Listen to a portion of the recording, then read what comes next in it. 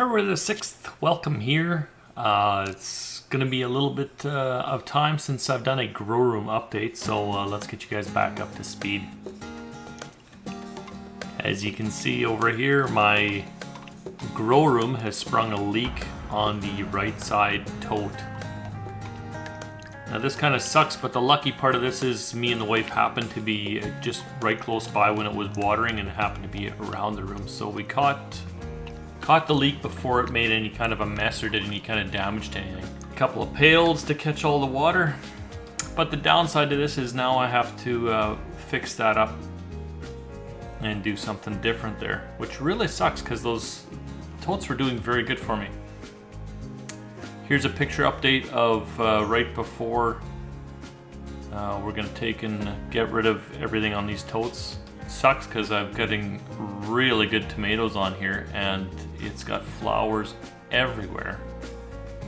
So this plant and everything that you see here is nice and green. It's all gotta go.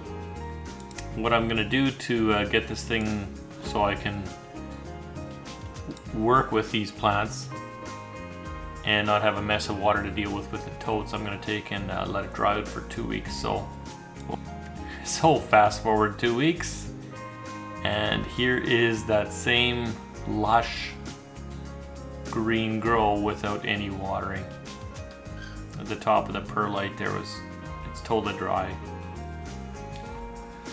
As I took the roots and stuff out of here, you can tell these things are very established.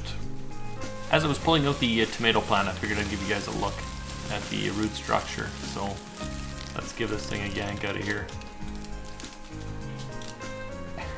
That's the total amount of roots on that big tomato plant. So it was very established. Sucks to see it go. This is after the perlite is removed of that same tomato plant.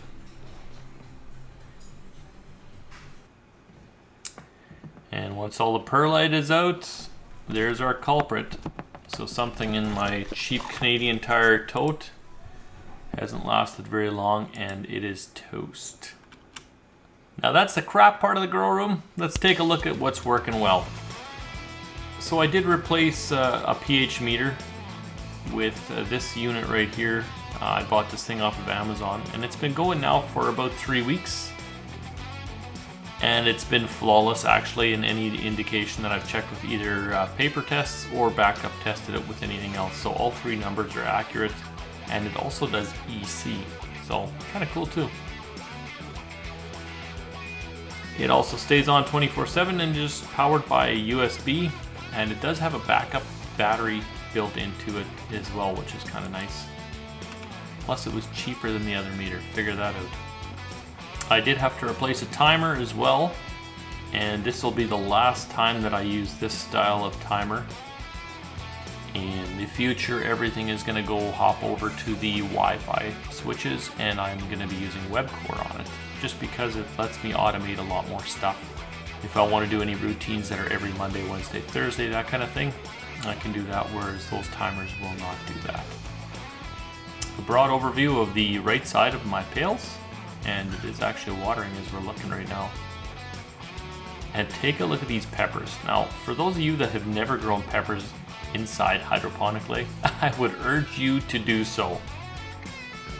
These things, they turn out so well and they're so tasty. You can eat them like apples. They're incredible. But here's a video of one just being cut by the wife. They're about twice as heavy as what you buy in the grocery store, and meaty and just very flavorful. They're incredible. Delicious. This is basil 2 weeks ago, and this is actually this whole table and this whole bed 2 weeks ago, looking back over at what destruction's coming up. This is current as of 2 days ago. You can see the basil's grown up lots. That tomato that's there is actually a clone off the nice tomato plant on the other side. I didn't do anything fancy with this thing, no cloning powder, none of that stuff. I literally just stuck it into the perlite and away she goes apparently. There's a cabbage doing quite well. Hopefully this one's not going to get that leaf curl thing that I see all the time. My onions are still doing good. They're finally starting to get a little bit of an orb down at the bottom. I'm kind of wondering if I'm not using enough nitrogen in my solution. And that's I'm kind of tailoring it to the tomato plants and the pepper plants for their bloom. Another kohlrabi is going. And since I've actually planted a bunch more of them as well, kohlrabi is fantastic in hydroponics. This cucumber plant is still going as well. I did just pull all the cucumbers off of it and I planted a fresh new one, so got another 4 cucumbers off of there. It's the bean plant on the right hand side here. It's done very good. We've picked many a handful of beans off of that thing. Here you can see that there's that cabbage that I was telling you about, it's starting to do that leaf curl thing. And maybe this is variety. I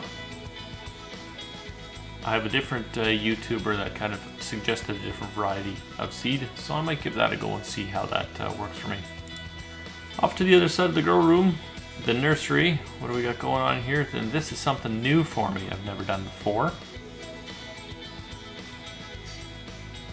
Hopefully I can get a good shot here. You guys can see what's growing. There we go. Some nice little pokers. These are cactuses. My kid wanted a bunch of these things, so we took a seed packet, germinated them, and they're so far so good. Now I don't know the first thing about taking care of cactus, so if anybody has tips, I will take any and all advice on cactus. I don't know what I'm doing here.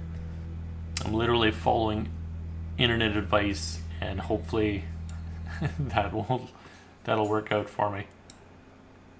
And naturally there's one random plant that decides to just tag along and grow inside there. I think this is a tree, but curiosity has me letting it go for a little while longer. On the other side of the room, this is kind of where I'm going to be growing any of the soil plants for outside with these bulbs as well. It's the same flies and bulbs that I use for my hydroponics.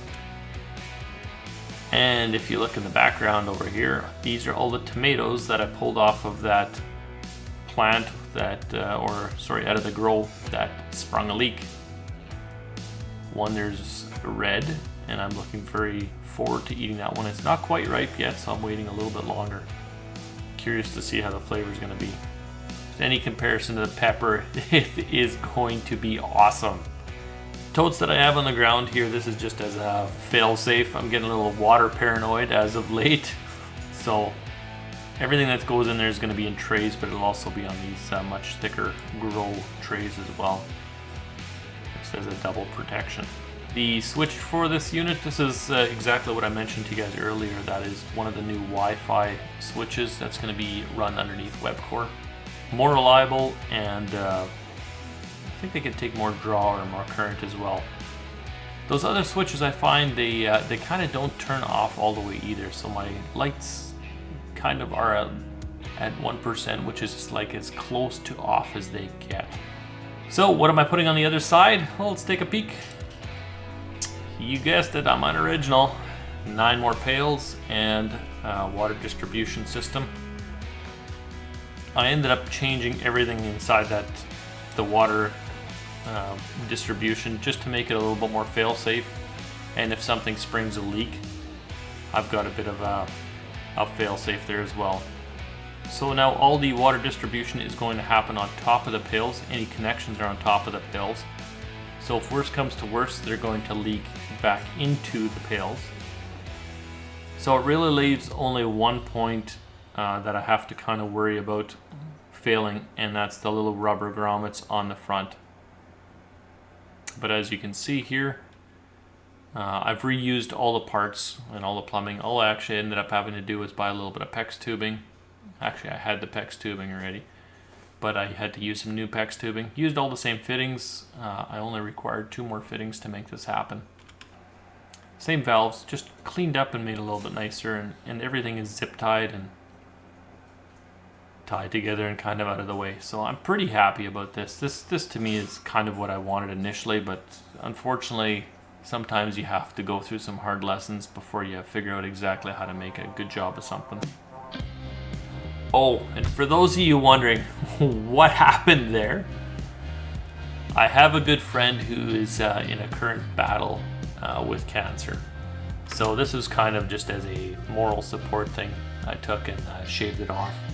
It is starting to slowly come back in. But, you know, when everybody else is forgetting about these people, if you've got any family members that are going through that kind of thing, I think it means a lot just to give them that extra boost of energy or push so we haven't forgotten about them. So that was my intention with that. So it's coming back. It wasn't a lot to begin with up there anyway, so it's not like anybody cares, right? Until next time, we'll see you guys again.